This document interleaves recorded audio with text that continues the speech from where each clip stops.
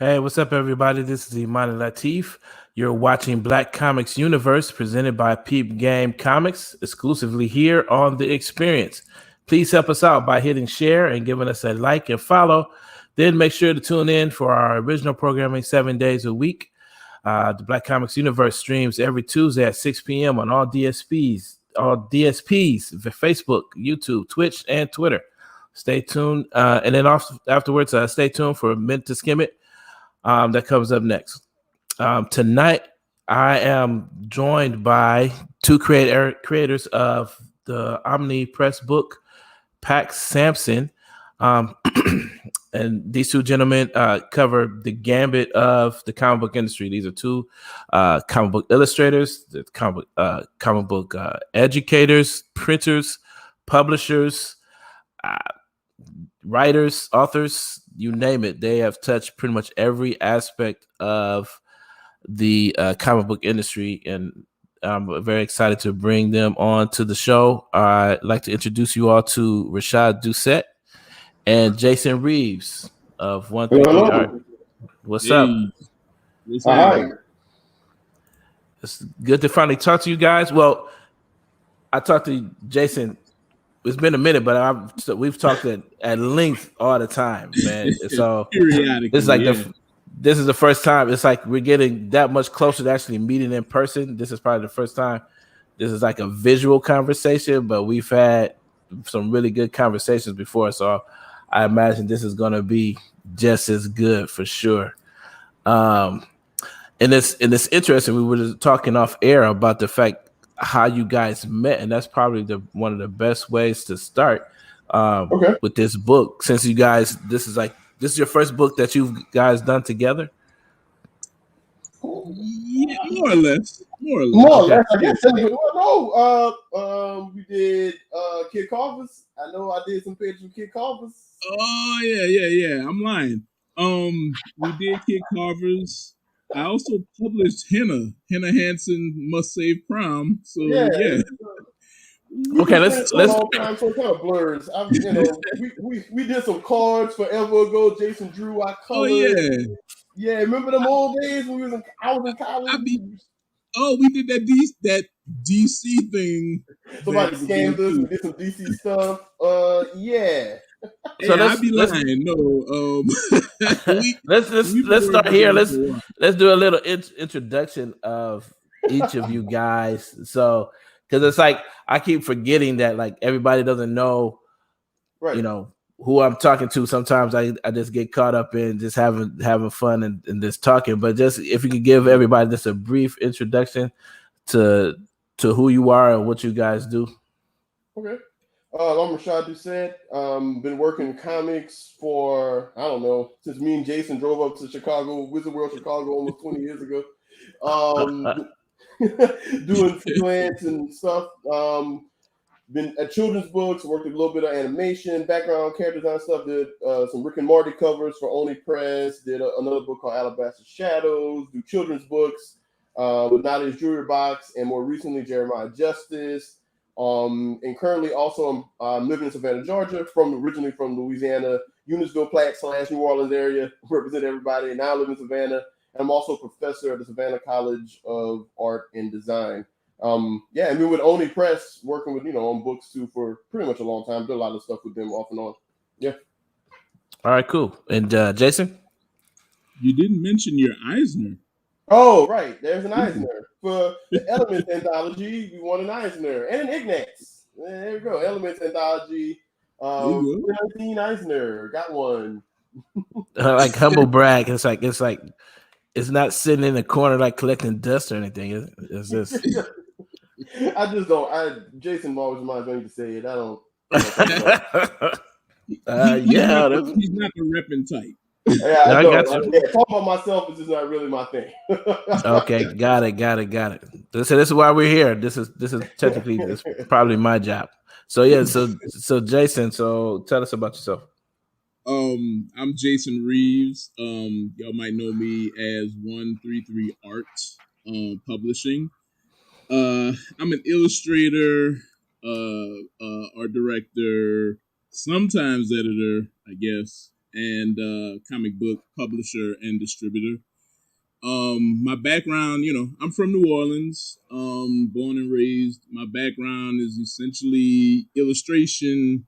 I started self publishing in 2012 with my first book, One Nation, and ever since then, my company 133 Art Publishing has been, doing books, experimenting with Kickstarter, and last year, about a year and some change ago, me, my partners at MV Media and Hero Unlimited kind of formed up like Voltron together to create Black Indie Comics Distro, which is just what the title is. Big Distro is a Black Indie Comics distribution service. In the same vein as Diamond comic distributors, but more independent and a startup.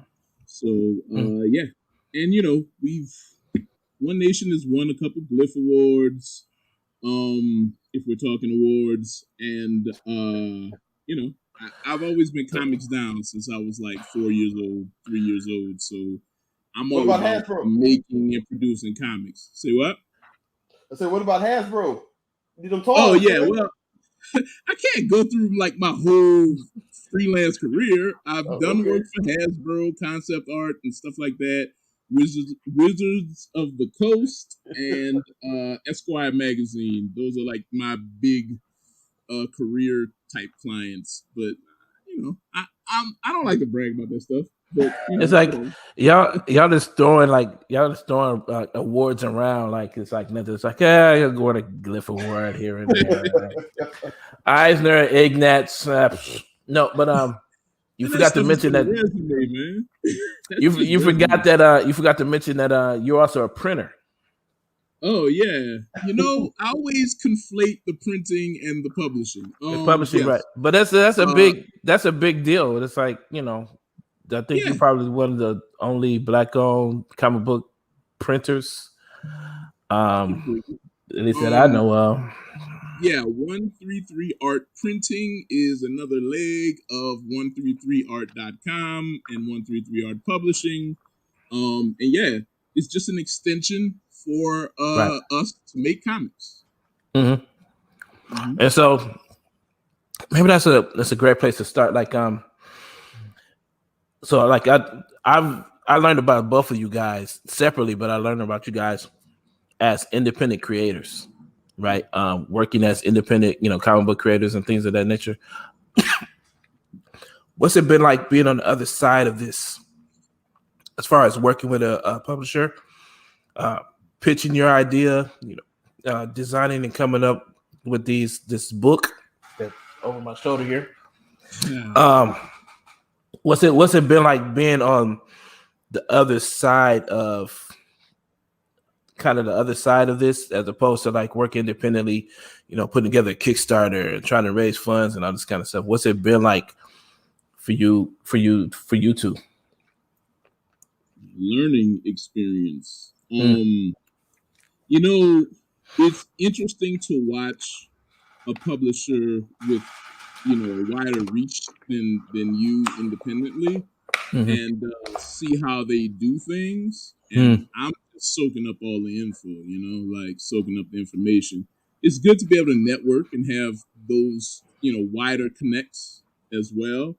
But not for the most part, fun, man. Like, especially like we're old hats at the creation part of it and sort of the collaboration part of it. But man, once we got to the rollout, it got really exciting, right? Like promotion, son, has been great. yeah. No, man. Shout out to our promo people, man. Shout out to Katie. Katie has been amazing. Like I just got these cool postcards, these cool Pax postcards from her. You know, shout out to Katie. You got a maze on the back. You know what I'm saying? So yeah, the rollout is just the most invigorating part, or has been one of the most invigorating parts for me. You know, aside from the creation, we love that already. But it's been a learning thing, man. Like I had no idea the amount of money something like this costs on this level, and to sort of learn about that and learn how I need to budget and things like that for releases has been exponentially helpful. Like I'm taking that and I'm running with it. So those kind of things have been very helpful. And just to kind of see how a bigger publisher compartmentalizes the different stages of that kind of thing. Like we literally have like promotional people. We have people working on the printing side and the publishing side and stuff like that. Like to see how those are sectioned off and like how many people are working in those various areas has been like super dope. Like super dope to learn. And on my end, I mean, obviously what Jason said is all true. And shout out to Tara and Grace and James and everybody at the Only Press team, and Andrea and just everybody, Andrea Colvin, who had a big hand in getting Pax off the ground. But it's also been like, I've been working on Only Press for a while. So I started working on Only Press almost 20 years ago now in some form of fashion. I can't believe it's been that long, but it's been that long since the early 2000s.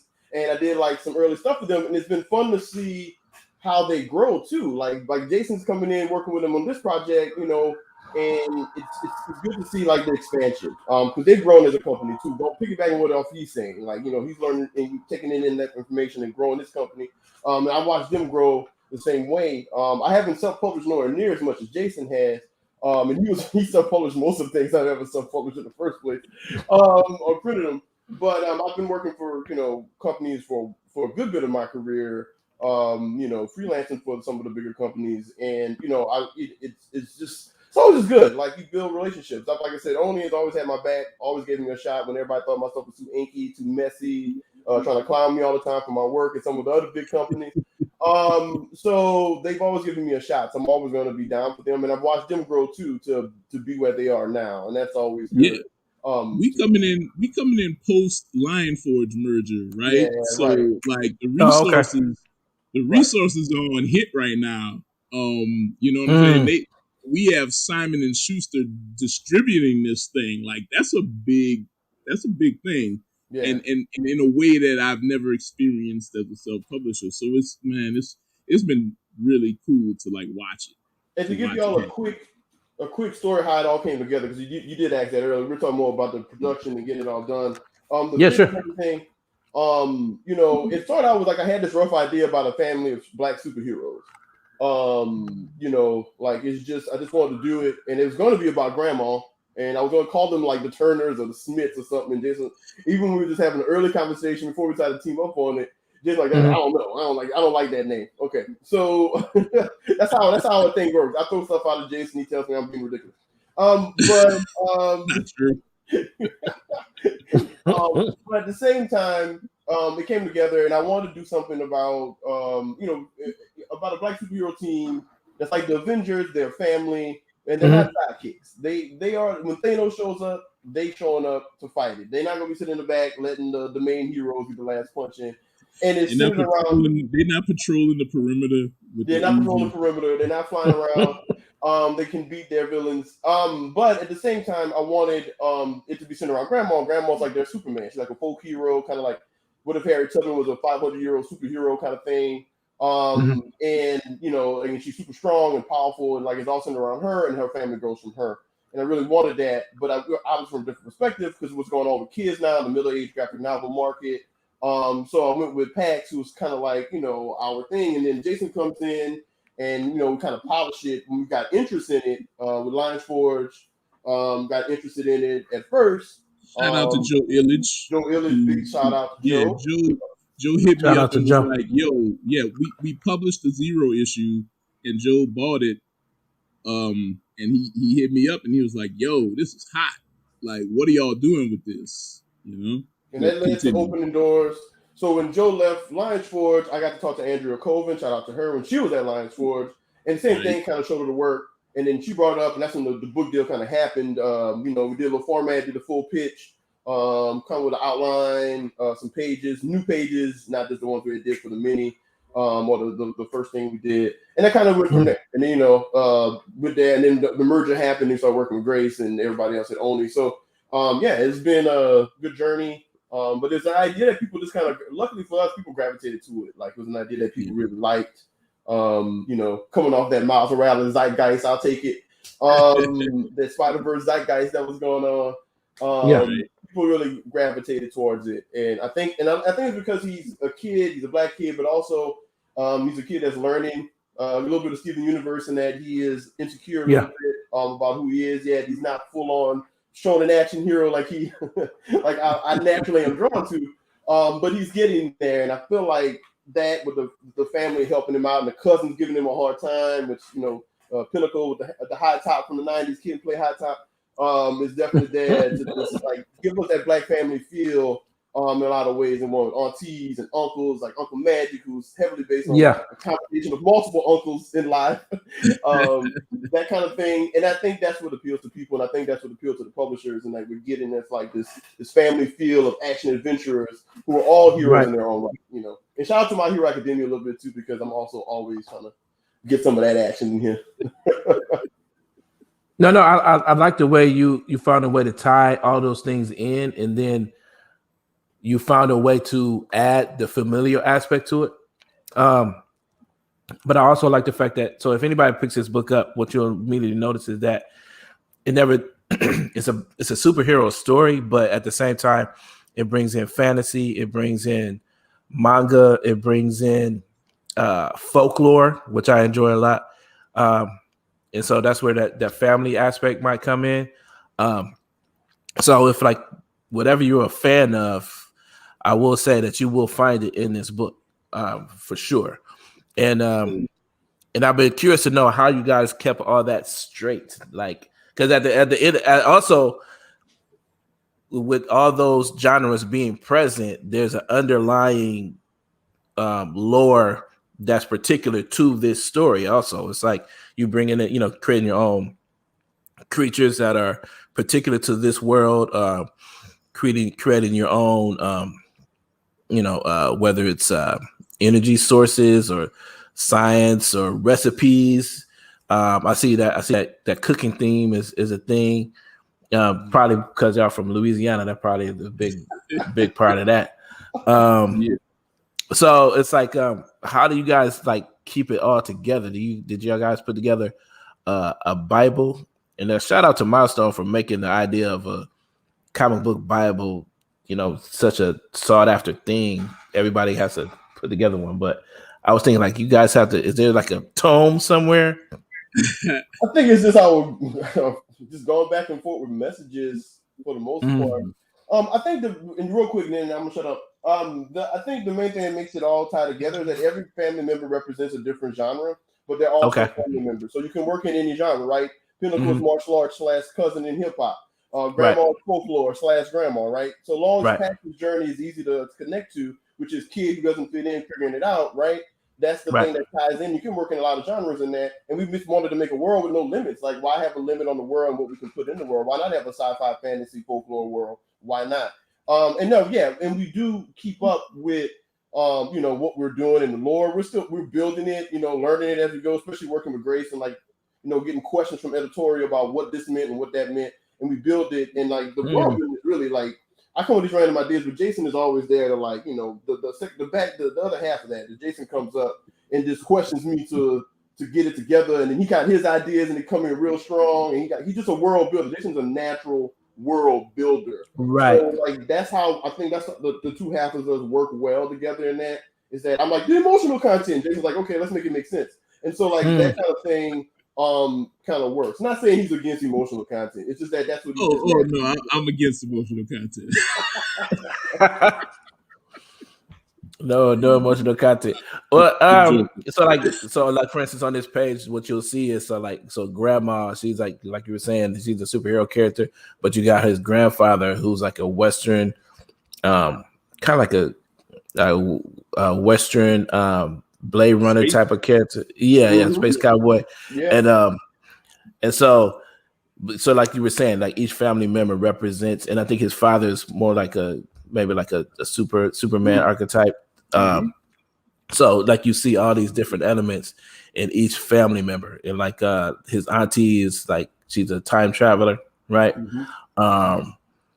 His sister is a chimera, half girl, half dragon, right? So it's so many fun aspects, to this story, and that's just the first 2 or 3 chapters, man. So it's like and I just learned a fun fact when we were off the air. Like you guys, y'all both from Louisiana, but y'all met. So y'all known each other for years. Even like how long have y'all known each other? I want to say like 25 years, right? Yeah, it's gotta be 25. It gotta be when I first went, like 99 or something.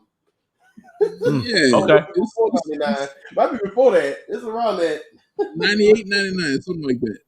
Yeah, some 20 plus years. Yeah. Yeah, we have the consummate comic book creator love story, man. We met in a comic right. shop. And he was showing off artwork. Shout out to the Bookworm, by the way. Bookworm, Crescent City, New Orleans East. The Bookworm was a comic shop that I had been going to since I was like 8 years old. And Miss Pauline was the owner, and the she was behind the register all day, every day. It was a family-owned shop, so her and her husband owned it, but he was kind of older, and I think like infirm. But she would run it, and Miss Pauline was the sweetest little lady ever, and she encouraged all of us to draw. And when he and I first met, he was showing off stuff, and there would be like rivalries between the kids that came in the store, because she would be like, "Oh, that's my sweetie, that's my sweet Jason, that's my sweet Rashad," or whatever. She'd tell you that's who you were, and then individually, and then you would go back and feel like you were the only one. And he and I met, we talked, and I was like, "Oh man, Miss Pauline got my back." He was like, "No, she got my back. I'm the sweetest. I'm for her, And so that's kind of like how we met. And I remember our first conversation, we spoke on X-Men. So that's like our favorite comic team ever since, whatever. And we talked for hours about X-Men and what we would do and da-da-da. And that's how we became homeboys. Like, for real. Like, I hadn't even, until now, I haven't even thought about it. But like, we totally met in a comic shop. Crazy, like to me anyway, like almost fated kind of deal. No, definitely. Yeah, but so that is how our sort of collaborative efforts started, from saying what we would do with mainstream current books that we were reading, and like we didn't even. I know I didn't really know about Milestone until after their like run. Like I was like, so it was it was interesting. But the way we collaborate is we like to juxtapose, and I think this is a thing for a lot of Black indie creators. Is it's been so long since the Milestone era, and the young cats coming up who wanted to do it, who are now like old cats, but who wanted to do it in those eras and stuff and came up in those eras. It feels like we don't have a lot of time to get it done, right?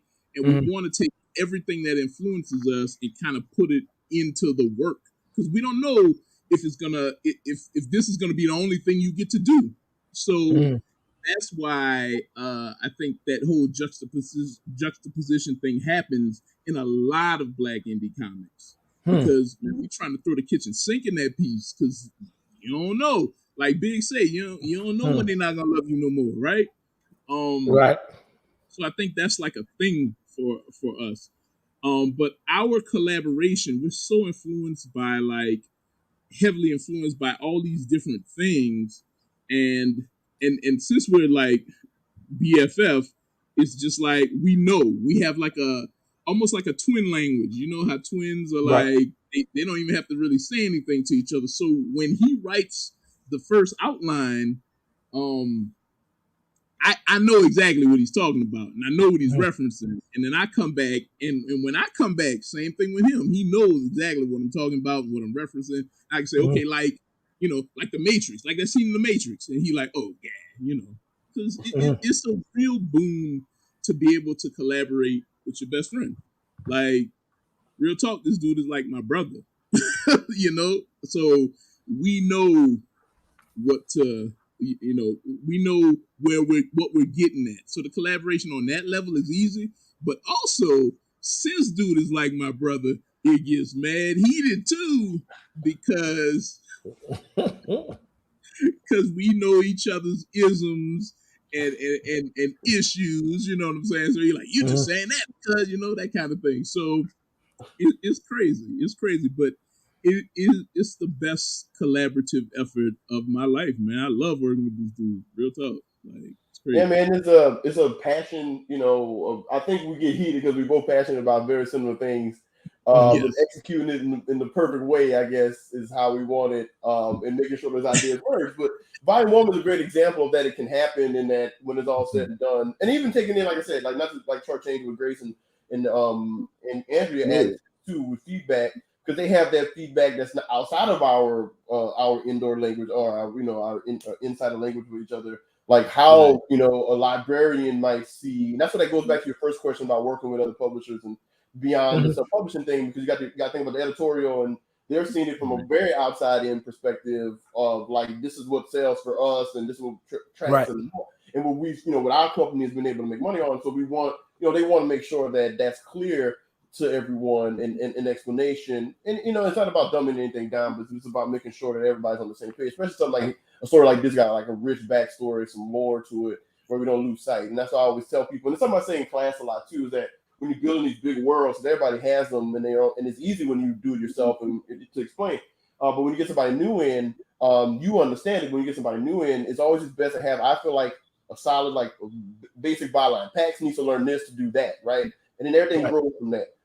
It's something I noticed when I was watching this old anime Full Metal Alchemist Brotherhood. Everything grows from Ed Now's journey to fix themselves. I mean, that's a whole world, and every character's got a whole backstory. I mean, that's so many characters in there. But you never lose sight that those two brothers are trying to fix a mistake and get their bodies back together.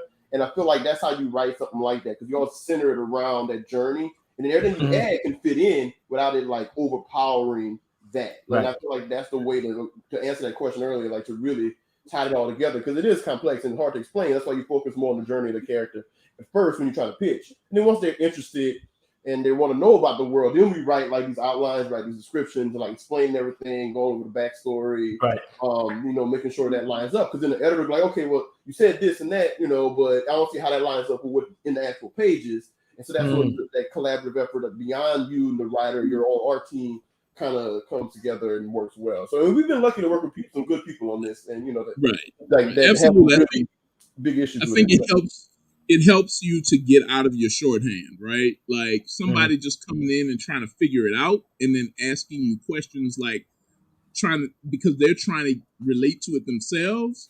Is what helps you be like better writers, or helps us be better writers, right? So yeah, I love that about our editors and stuff that we've had, just saying like, yo, okay, what does this mean? Like, because as writers, as creators, we can get a little inside baseball, and in order to get that out on the page, especially if you want millions of readers to read things, you gotta state it plain. You gotta put it out there sometimes, and it's good to have somebody kind of reining that in. I think. That's a because I've read a lot of indie work, and I come across a lot of indie work. Yeah. I bet. And it's not so much inside baseball as much as it is. It's sort of like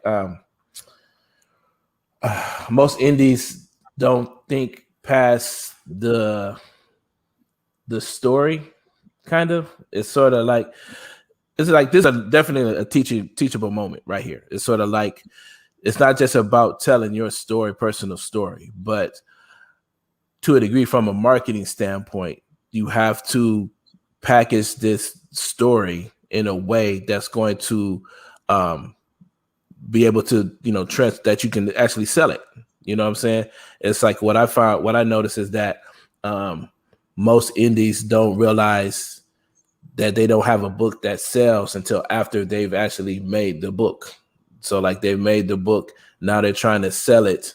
And it's sort of like, oh, it's hard for them to sell the book or sell the story, as opposed to having people come in and helping you tell the best story that's able to be sold, like actually coming in from the very beginning and actually, helping you guys move pieces around that that actually makes the book sellable at the end, or creates a sellable product. Am I missing something? It's like y'all giving me some funny faces over here. Well, I think that helps. What am I? I know there's something here. I need to figure out what it is. That helps only if it's in service to the original vision, right? Yeah. Like, I feel like almost anything is sellable. Like, I feel like that conversation about what sells and what's not, everything doesn't sell until it does. And there are people that have specific skills that can make that happen. Now, whether or not those people are in with the initial creative process, that can help or not. But I think that sort of that idea only works if the idea is good in the first place, right? Sellable, I feel like it's so relative. Like, I feel like people digesting things are so relative. Now, within your realm of experience, yeah, okay, I'm editor or publisher X, and I've sold this amount of copies, and this is what the 10,000 people who buy those copies will buy or have bought from me. And that works. That works. Traditionally, that's great. But at the same time, you have publisher B who comes in and they have completely radical ideas. Like, okay, matter of fact, let me make brass tacks out of it. You have Image, and they have basically superhero hardcore books or sci-fi books with like rated R themes and sex and what have you, right? And then they sell a lot of books.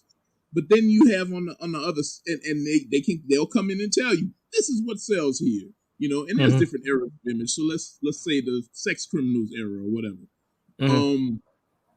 But then another publisher comes out, Iron Circus Comics, and they're making LGBTQ themed books as heroes and protagonists and antagonists, and they're making books like Smut Peddler that's about sexual experience and sexual exploration, and they make up $2 million on Kickstarter, right? They sell a ton of damn books.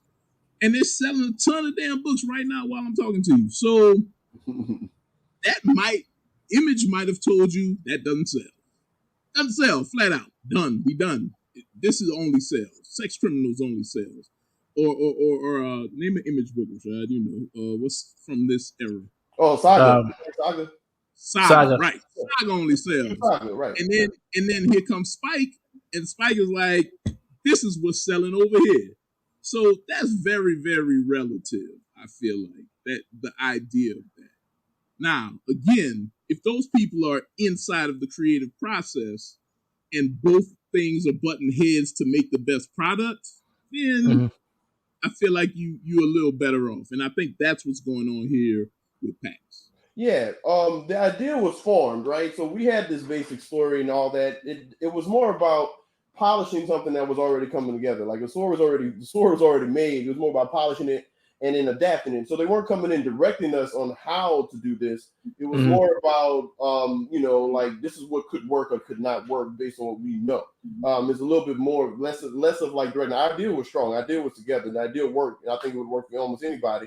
So it was more about that. Like nobody like came in like, well, if you don't do this, this is going to be that. No, the plot and all that was formed. It was more about making sure that it was clear. And even then, we still sold minis and it did fine. So it's one of those things even before that. So it's more about getting it to a way to talk about it. It's a difference. Like I think what you're saying to some degree is like there's a difference between making a story and marketing the story to some degree. And I don't mean difference in like there's a different thing. Is that how you talk about your story is very important when you're trying to get it out there and get people to understand what you're trying to say. Because I think every idea can be good and there's something worthwhile in it. It's something I also do in class when we talk about that kind of stuff. Like, how can we talk about it where I see what you're saying, but what are you really saying? And then how you talk about it gets those publishers interested. And you got to go to what, like Jason is saying, if you're going to go that route, right, it's ultimately just finding your audience, whether it be through a publisher or you're doing it yourself. It's about finding your audience that works for you. And you getting your ideas enough together to where you're reaching to that audience. Because we can talk about all day about what story is better than what story.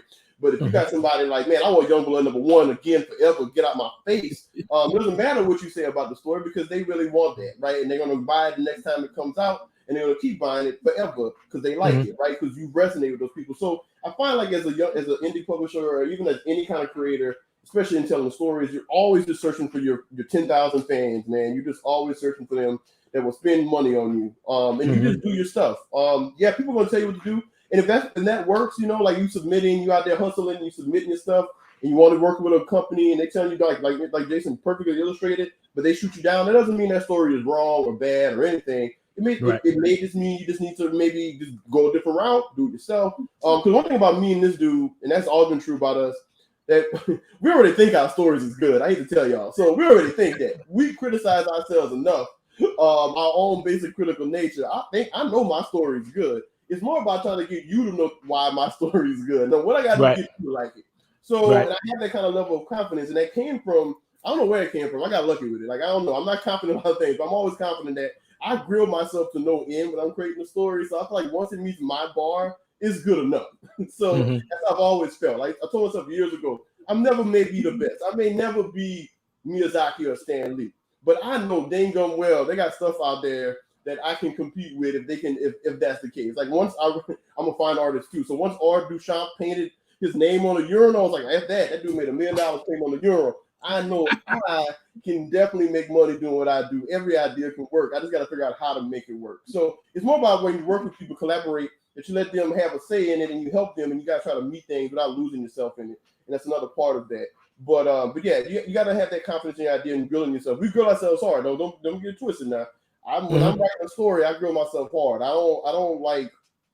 I'm always trying to figure why it works, why this works, why this doesn't work. And one of the things me and Jason, the reason why we're so collaborative is that all we do is when things come out, we hit each other up and we talk about it. What's good about this? What's bad about that? But that's learning. We've been doing that for 20 years of like looking at a story and looking beyond the hype. Like, because everybody gets hyped about whatever company doing whatever. And what's behind that? I'm always been like, what's behind this hype? Because that's how I learn. I'm like, because hyping is what makes the thing sell, right? Because once again, it's how you talk about it. So everybody's hyped about it, like, oh man, this is that. And I'm like, yeah, but the same thing is happening in this story. Ain't nobody talking about that. And they've just said, to me, they're equally good in terms of content. They're almost verbatim, but one is loved more than the other. And that's the hype. And so it ties back into what I was saying about how you talk about your story once you have it together helps make that story work for whoever you're trying to sell it to. So if I'm selling X to an indie, smaller, like publisher, like, I don't know, this name from even smaller than Oni, and like it's more of a heartfelt story. So I talk about how this dude is struggling with his emotions, man. He's trying to be a cook, and I'm downplaying the superhero stuff. Yeah, the superhero stuff is in there, but don't worry about it.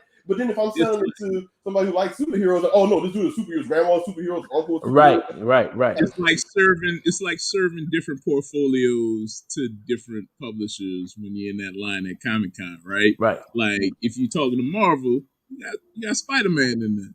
If you're talking to, Action Lab or whoever, I mean, I guess it don't matter what's in there with Action Lab. If you're talking to if you're talking to Image, you might have like your own stuff or like saga characters, whoever. You want to tailor it. And that's why I say the sell, the hype, and all that is relative, man. Like to who you're in front of. Well, yeah, I guess the important thing is knowing. Yeah, I guess the important thing is knowing who you're talking to. So it's like who your audience is. A million people can see Harry Potter, and a million people can get a latch on to a different thing. A different thing might resonate with those various people. But Harry Potter is the same story written down on the paper, written down in the book. But what resonates with Harry for me might not resonate with Harry for somebody else. You dig? Right. So, I I hate to contradict you, Imani, because it's kind of, but my whole thing is. I mean, it is my show, but I mean, right. Yes. Go ahead. We like to talk, man. We like to talk, man. But I'm always hesitant to latch on to the idea of you can teach somebody what's sellable, because we're so, especially in the Black indie comics universe, we're so varied, and there's so many narratives that haven't been told yet. So I don't want to ever stifle young creators from doing what they need to do. Yeah. Like if you got a story about grits and you ain't ever seen a story about grits, write a story about damn grits. Right. I'm not gonna tell you if it's sellable or not. That's not my job. My job is to have that story out there. Because guess what? I like grits, and they got 10,000 more people that like grits. Sell it. No. It always comes back with food. Don't you have another? You got another book coming out. That's literally about cooking. What's the name of that book, Jason? Beautiful's Barbecue. Yeah, I'm looking for that book, man. It looks gorgeous. I just got sketches back the other day from Claudio, a wonderful illustrator, man. That is me and Greg Burnham are writing it. Greg Burnham of Tuskegee Airs fame. Y'all might know that cat. Yeah. It's a book about cooking, man. The main character, Ash Beautiful, has magic hands, man. His magic hands can make you your favorite dish and just feed your soul. And when I kind of got it on my health journey, I've always been a fat kid. So one thing, that's why I like grits and food so much. But on my sort of health journey to try to stay right, or try to get to a point where it's not untenable, my weight and my health and everything, I learned to cook. Well, I've always known how to cook, but I got really into it, especially around the time we were doing Pax. And I was keto down back in the early days, and it just forced me to kind of figure out what dishes within the parameters of that kind of diet I could make and still be satisfied. And then it kind of opened up my food journey for me, because it's kind of like I'm a foodie. I'm like, for real, that dude that will try like almost anything, and I'm also that dude that seeks out new stuff. And Rashad be laughing at me because one, Rashad hates food. That's the one. He writes books about food, but he hates food. But it's such a chore. Yeah, man. I'm this dude. Pick you up, like, yo, give me the most expensive thing, give me the most highfalutin thing on the menu. I will try it, I will eat it. Flavor profiles and stuff like that. Yeah, I'm that dude. I take pictures of food. I cook food, man. I'm around here with tasting spoons when I'm cooking, man. Like, I'm a big in the middle age. I'm a big soup guy now, and I love blending flavors. I watch mad cooking shows. Like, I know who Padma Lakshmi is. You know what I'm saying? Like, I'm that dude. Right. But so the reason why, one of the reasons why cooking is so heavy in these new books is because that has been my journey, and it's a passion of mine. I've always loved to eat, but now I'd love to eat and cook. So yeah, man. Like I like to even like that made up recipe we have for Pax. You know, I wrote that down. You know what I'm saying? And it's just it's something I really like to do. It's another. I think if I wasn't an illustrator or publisher, I would be a chef. That makes Okay. sense. Yeah, I can see that. Mm-hmm. We're running up on the. Answer whatever question you was asking. I got excited. No. It ties it right into what we were talking about. We got about 5 more minutes. You can definitely pick up the book actually from the Black from BIC Distro. Mm-hmm. Yeah, big distro. You can pick up packs at from Big Distro, from 133art.com. Anywhere books are sold. Anywhere books are sold, which I like to say. Literally anywhere Yeah, books are I got sold. I got my Walmart, copy from son. Barnes and Noble. Good. Yeah. It's on Amazon. Yeah. Like, and if they don't have it, they can order it. They can always order it. It is easy to order. Your comic shop can order it. Everybody can order it. It's on Diamond. It's everywhere. You order Got it. Got it. We'll make your library order it. The library. People, it's like there's so many. That's what I was trying to get at, is that there's so many aspects, because I've been in it at least 10 years now, but I've been just paying attention to.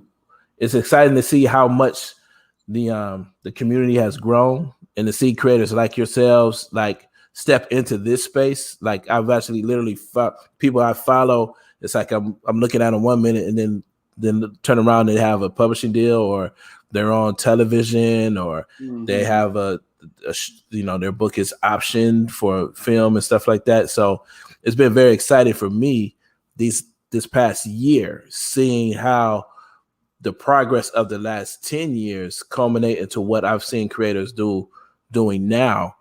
And what the layman doesn't realize is that this is all happening to a degree, not so much because of Black Panther and all this kind of stuff. It's sort of like, Black Panther was like a footnote to what we've been doing the whole time, right? So at least that's my perspective. Like whenever I see like someone who just knows the movie, they're very excited. Say, "Oh wow, we should sell comics, or you should make a comic book and all this kind of stuff." I said, "Look, it's like what you don't realize is that there's like a slew of Black folks that are just creating this, a very exciting content, alongside things like Black Panther, and people don't realize that a zeitgeist always has underlying efforts. Yes. Under that.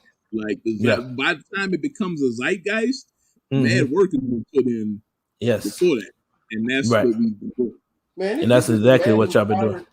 This is just a mad inspiring time too, like big or small level, man. Like I'm looking at like Lovecraft Country and all that, and like in Issa Rae and all the stuff Issa Rae is doing, and like all the shows, there's just a lot of like Black creators out here, just making all kinds of content for people at different levels and making our stories heard, and a lot of times had to cut away for themselves, and now starting to grab more attention in a way that everybody can access these stories, and I think that's.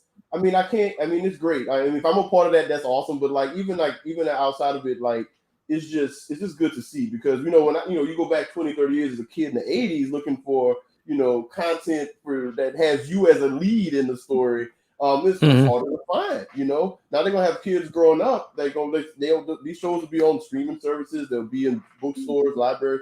It won't be as hard to find. And I feel like that's already, whether we feel it or not, whether we feel like we're rich enough or not. I feel like that is ultimately that's a good thing, man. Like I get passionate about that kind of stuff, but it's a good thing. Like some little kid ain't gonna grow up, idolizing just one type of person in their stories. Like they're gonna be able to have options, and I think that's in everybody. That's with everything that's going on. Other people too, other cultures, other races, other groups. I look at my students and all the stuff they do with LGBTQ community stuff, and and other things like there's a lot of stuff happening, and it's going to be better for generations to come, despite the ups and downs of it all. So, great to be a part of that. Black Renaissance 2 Electric Boogaloo. I like to touch on the academic portion of this. as far as art school, because I see a lot of discussions about how to get into comics and stuff like that. But what I've noticed is that people don't necessarily talk about the relationships that are built from an art school environment, or the things that you can learn from, academically about comics, as opposed to, most of the people that I'm seeing that want to get into comics are like, they have a story, there might be a writer, or they're trying their hand at writing and stuff like that. So they're coming in almost like coming from the back end, as opposed to like a kid growing up, going into art school, learning the craft, and actually now they're a professional, showing their portfolio to publishers and things of that nature.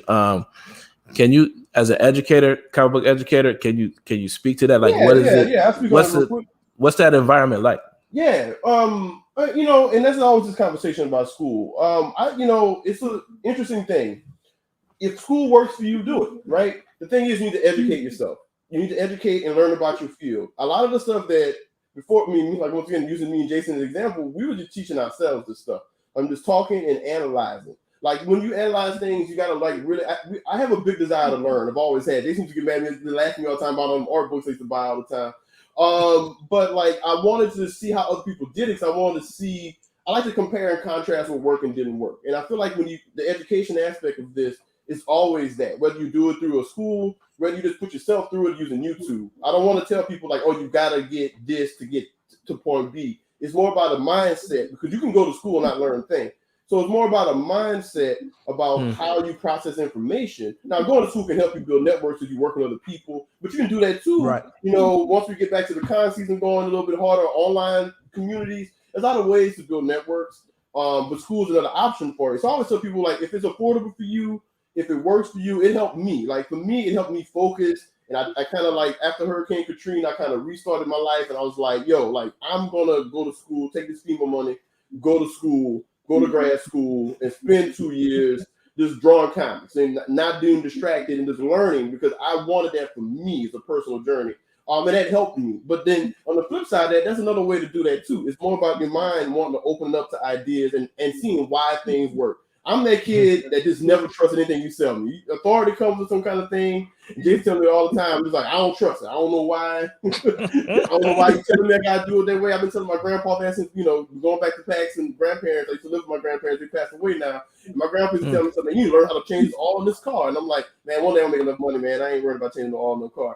And so it's just always a thing. I wasn't this cocky kid. I sound like one, but I was nerdy. But like but my point being is education is a way of being, and like I just want to learn, and like so you can go to school and do that, and it's great. Like I love teaching; it's fun. I sit down, we come up with ideas. We got an awesome department, awesome program that everybody's dedicated to helping kids learn comics specifically, and then about epoxy, storyboarding, concept art, character design, all the other stuff that go with that now, because it all swirls together these days.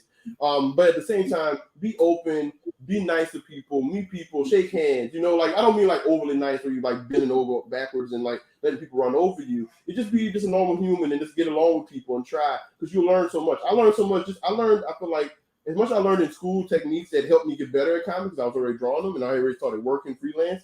It's just that it helped me focus. But I also learned from like my students and vice versa. Like I learn from them all the time. I learn from the person who comes up to me at my table and just talks to me about whatever. I'm never at a point where I'm not open to learning from anybody. I don't like thinking that, there's no way to do it. One way to do it. Find out what works best for you is a trial and error kind of method. I tried things all the time. It didn't work. It's gone, but it might work for somebody else. That method might work. So if you can get the education, do it. But wherever you do it, learn it. I'm a connoisseur of this stuff. I'm studying. I'm watching Miyazaki movies. I'm watching whatever HBO Max drama that come out this week with Nicole Kidman. I'm watching all that stuff. Like, and I'm just like, yo, how did they do that? Because one day I want to write a story about people going on a retreat and they got some psychological problems. I don't know. Let me learn about how. Let me learn about that. Let me write down the structure. Let me look up the creators who created it and see what they're saying about their structure, right? Like you can learn things a lot of ways. And if you go to school, you're gonna have assignments that kind of like back that up and like make you study it a different way. But it's really a mindset, because if you're not open to processing these ideas, you could just be mad. If you have this, I feel like the thing that to me kind of crazy to learn the most, or at least open up to, is like just being aware of their industries and all the connections it makes, and learn about the names and the movers and shakers, and not just reacting to this like a movie or a story they don't like. 'Cause everybody can quickly tell you when they don't like something, and that's fine. That's fun to do. Obviously, like doing that on the online, but it's more about also like learning about what led to that, and like, okay, yeah, beyond you not liking it or disliking it, like what is there to learn from this? Like when I saw Twilight, I was like, man, what is this? And I was like, oh, I get it. I mean, I might not perfectly like it all the way, but man, I see it's resonating with millions of people. So I need to write down how they do this. Vampire love stories is where it's at. So it's like it's one of those things where you like educate yourself, open up your mind. School is great. Go to school if you can. If not, you still can learn. Like I don't want to let anybody think that there's a magic way to do all that. Just open your mind. But you learn from everybody. I'm learning from you right now. I'm learning from Jason. I'm learning from everybody. I'm a layman. I ain't never go to no school. I feel bad because I should have pulled up some of your art. I don't know. People, I just take it for granted, like people know, but like go to 133art.com. Man, I'm even all that if y'all want to see what I do. Yeah, so it's like, to say at the very least, yes, Jason is not a slouch when it comes to comic book illustration. But yeah, we're running up on 2 minutes. You can follow. Yes, you can check out. Please check out Jason's books, One Nation, and all of his books that are available on 133 Art. Check out bicdistro.com for the ton of Black creators represented on that website. Rashad, do you have a website of your own? Oh yeah, it was just easy to go to Rashad Doucette either on Instagram or ArtStation. My books is like go to Amazon. Go to Amazon, right, type in Rashad in there. You'll find the Alabaster Shadows, Jeremiah Justice, and Pax current thing, Pax Sampson. That's where you can find it. I'm not Jason's so much organizing me. I need to put all these things on a link. This is We're working on book two. Look out for Pax book 2. Yeah, I'm getting there. Oh, okay. I'm having my links together. And all right. We're working on Pax 2 right now. I'm about to fight about it soon enough. All right. For my friends Rashad and Jason, and my producer Kyle, who's in the background there, I'm Imani Latif of Black Comics Universe. You could please follow us at blackcomicsuniverse.com or Instagram at Black Comics Universe. Thank you, and we're out.